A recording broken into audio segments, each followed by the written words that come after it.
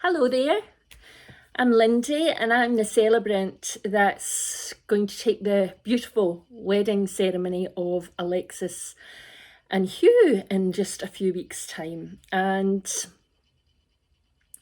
Alexis and Hugh are really keen that the ceremony is a really enjoyable experience, but not just for them, also for you folks. One of the things they made clear at the start was we want our family and friends to feel part of what's happening in that beautiful ceremonial space. And so, to that end, we thought we would make this wee video for you so that you can get to know me. And that way, when you walk into that ceremony room, it's like meeting an old friend. But also that we can talk to you about some of the beautiful ceremony rituals that you're going to see. And you'll see quite a few different ceremony rituals. Some are just part of my ceremonial work, but others are rituals that have been chosen by Alexis and Hugh because they are really drawn to the symbology behind them. And so the first one I wanted to talk to you about is the beautiful tradition of hand fasting. Now, if you've been to other Scottish weddings, you may well have seen hand fasting, but it's one of the most beautiful, I think, one of the most beautiful rituals that we have in ceremonies. And it has this real connection back to, medieval Scotland and beyond, when couples who wanted to be established in their community as a couple, because back then you wouldn't have a church in every community, and clergymen would travel round on horse and they would go to different fairs and all the couples would go there and they would all kind of be married en masse. But of course, if you're young and you're in love and you just want to be together and you don't want to wait, you would often take a piece of cloth that usually had some meaning behind it, and that would be that it was part of the bride's mum's dress or the bride's granny's dress, or a piece of tartan that belonged to the family, that represented their clan.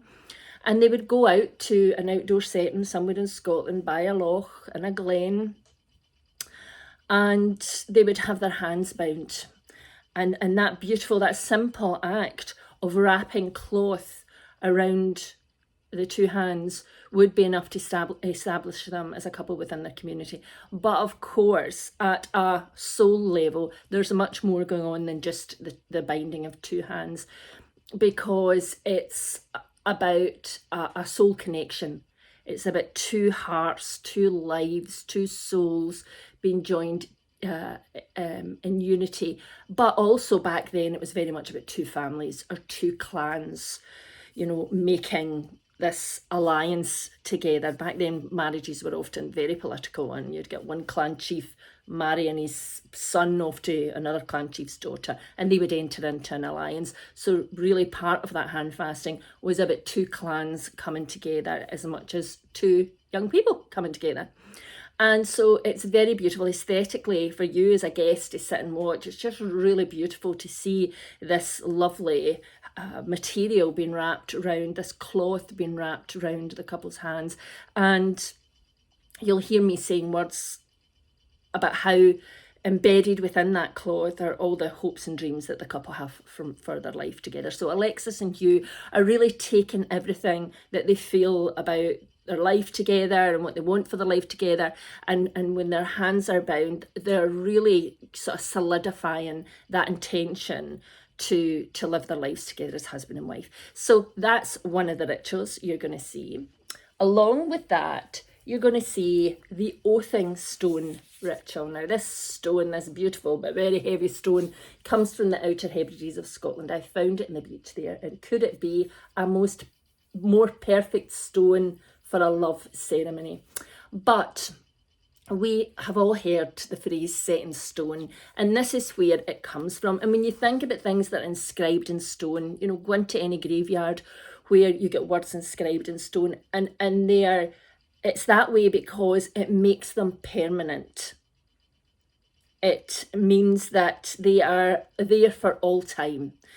And it's the same with the oathing stone ritual. So how it works is during the ceremony, the either Hugh will hold the stone, or Hugh and Alexis will hold the stone, or I will hold the stone. We just go with what happens in the day, and they will place their hands on the stone, and they will each say their vows, their marriage vows, with their hands on the stone, because that way what we are saying is that those words are going to be turned into energy, and they're going to go into that stone, and they are going to be set in stone for eternity.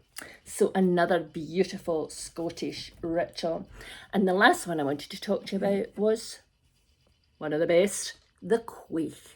Now, this wee cup here, or this queef with its two lugs, has been, and you can see it says I do on the front there, it has been used for centuries in Scotland as a way of welcoming people into your home. You know, back centuries ago, people would travel for weeks, if not months, to come and visit you, and the first thing you'd do is pour them a wee dram in a queef, and give them a wee sip of whiskey to heat them up.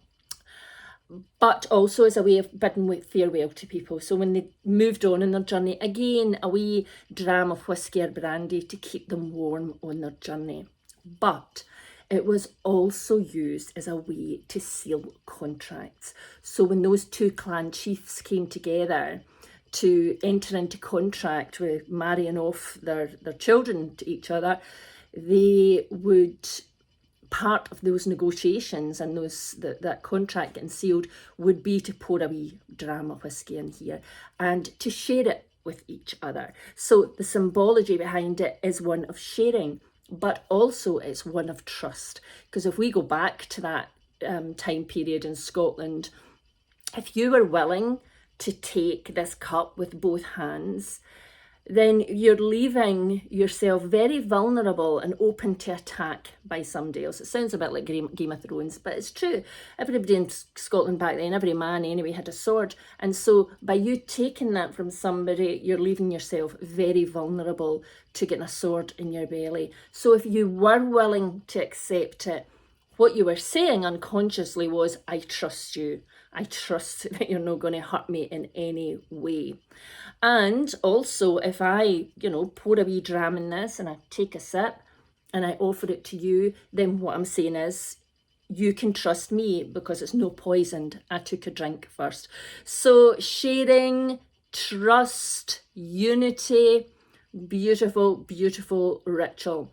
And today couples will put anything in it. Traditionally it would be whiskey or brandy, but today couples will, champagne, Prosecco, iron brew, Scotland's other national drink. But it's a lovely ritual. Sometimes they involve their guests in it, sometimes not. But again, by sharing a wee dram in ceremony, they are stating their intent to share their life together. And is there anything more beautiful and more Scottish than having some booze in your ceremony? So that's the three main rituals. You may also see them dropping some sand through their hands at the beginning, just again to symbolise the joining together of two families. It's going to be a beautiful ceremony that is all about not just their union, but community, family, friendship, kinship. And as I say, they very much want that to come through in the ceremony, and we're going to try our best to do that. So I hope you've enjoyed our wee video. I can't wait to meet you all at the ceremony. I hope you're all going to be in the best mood possible, because it's going to be amazing. Okay, see you on the day. Therefore.